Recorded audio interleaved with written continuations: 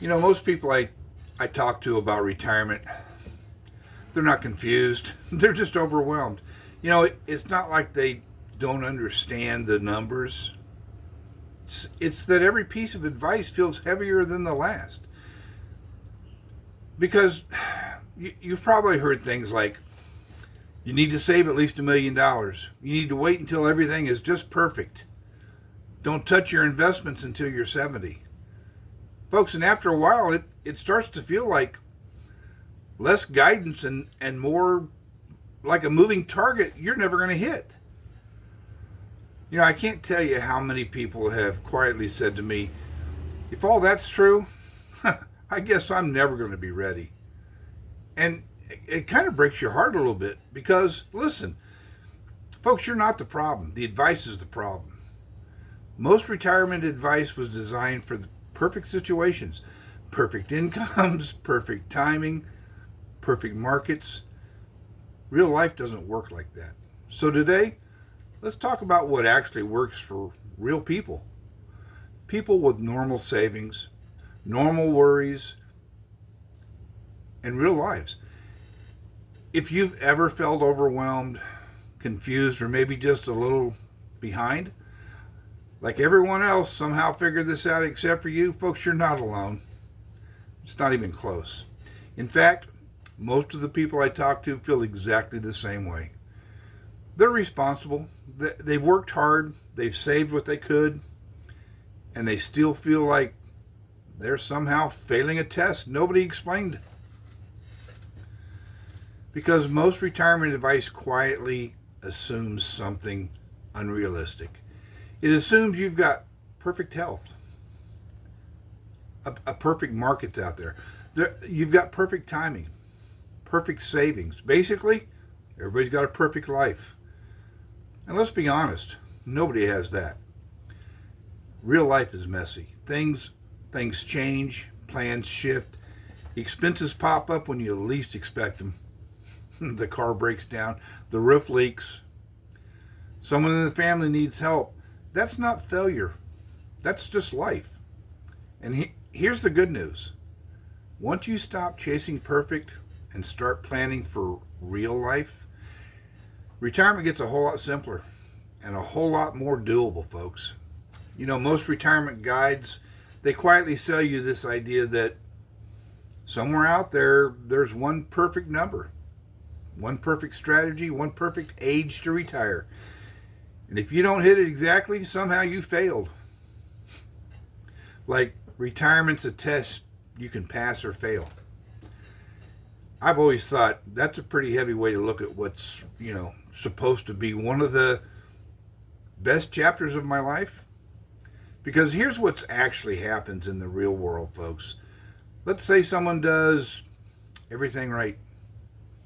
They plan carefully, they save consistently, they retire at 65. The savings look great. The spreadsheet looks great. Everything's perfect on paper. And then, guess what? Life shows up. Maybe it's a health issue. Maybe a grandchild needs help. Maybe the market drops right after retired. And suddenly the numbers look scarier. Or maybe it's something simple.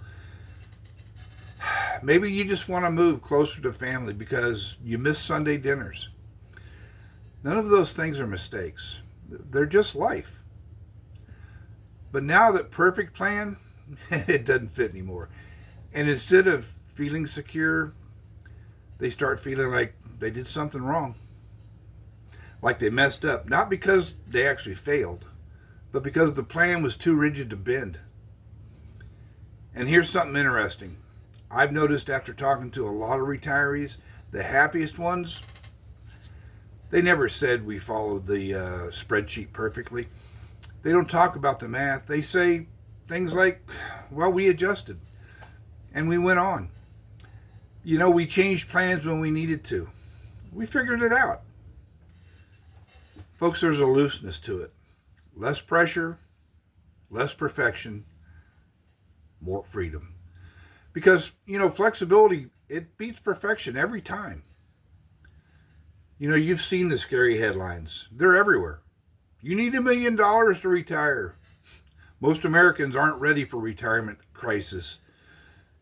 And every time you read one of those, it kind of hits you in the stomach. Because it makes retirement self sound less like life and more like a financial cliff. Like you didn't hit some giant number. You're in trouble.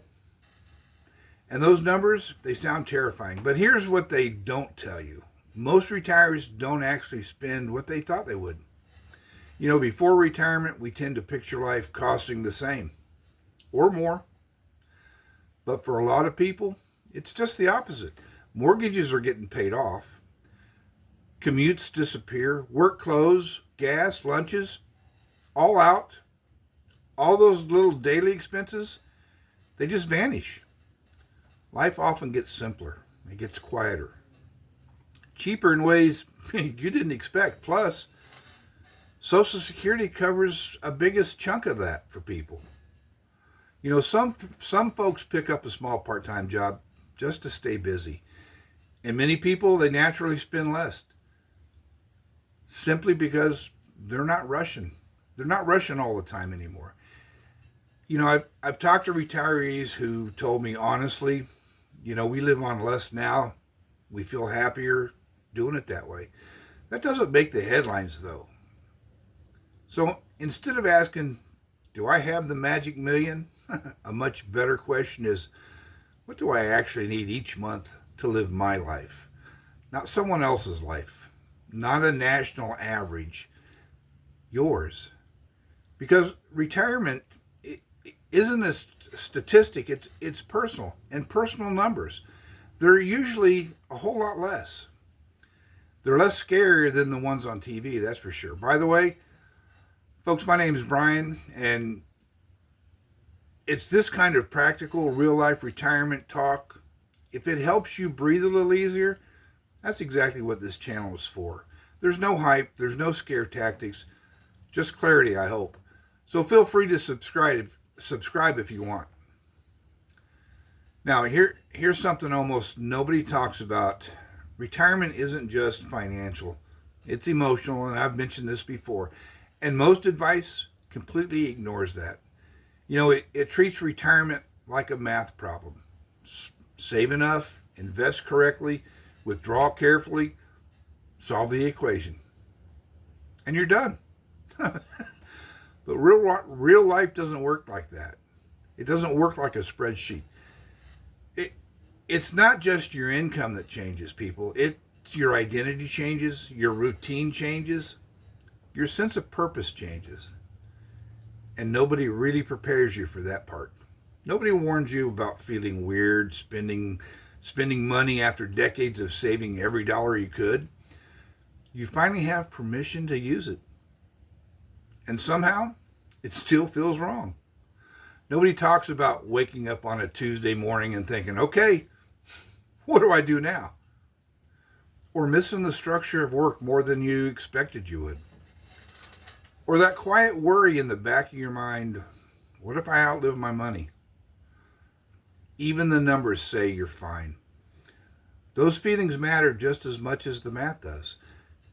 Because you can technically have enough and still not feel secure. I've seen that a lot lately. You know, people with solid savings, they're still afraid to enjoy their life. And that's not really freedom. You know, the retirees who feel the happiest, they work on both. They work on the money and the mindset.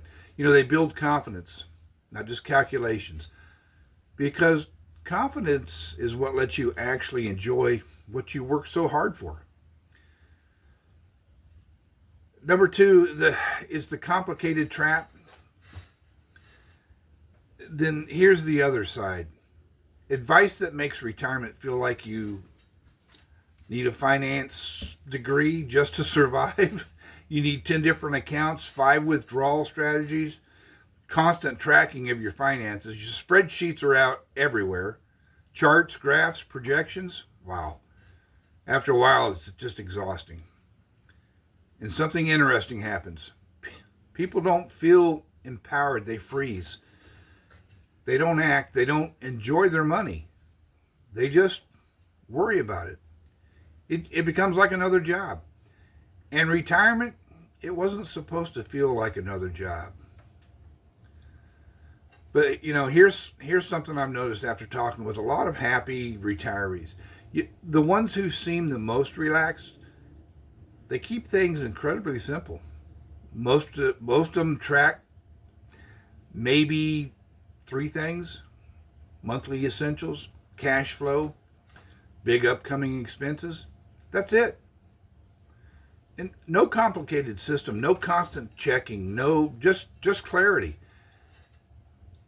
Because simple is sustainable, and sustainable beats sophisticated every single time. So, what actually works?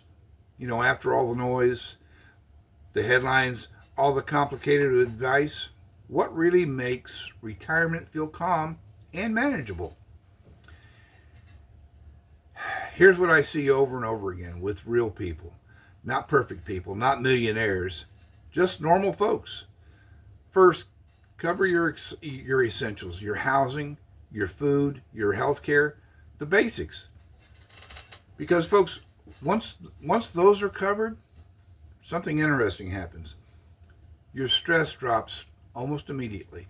You stop feeling like you're on thin ice, and you start feeling like you're standing on solid ground again. Second, build flexibility. Don't lock yourself into one rigid, this must work forever plan. Life changes, markets change, your priorities are going to change. Your plan should be able to change too. Third, focus on your lifestyle, not status. Not the house that impresses people, not the car, not what retirement is supposed to look like. Peace beats perfection every time. Fourth, track lightly. Stay aware, but not obsessed. You shouldn't feel like you need a spreadsheet open every morning just to enjoy your coffee. Simple awareness is enough, really. And fifth, trust yourself. Seriously. Folks, you've handled every surprise life has thrown at you so far. Job changes, recessions, raising kids, health scares. Retirement isn't suddenly going to make you helpless. It's just another chapter in life. And you're a lot more capable than you think you are. Folks, retirement advice isn't wrong because people are careless. It's wrong because it assumes life is predictable, and life has never been predictable.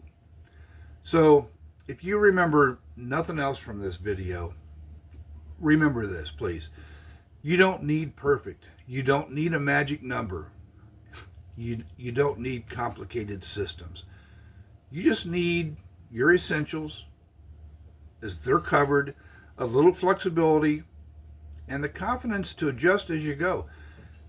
That's what real retirement looks like, folks. Not perfect, just steady and doable. If you want to hear the lessons I personally wish someone had told me before I retired, go back and watch this video right here, I think.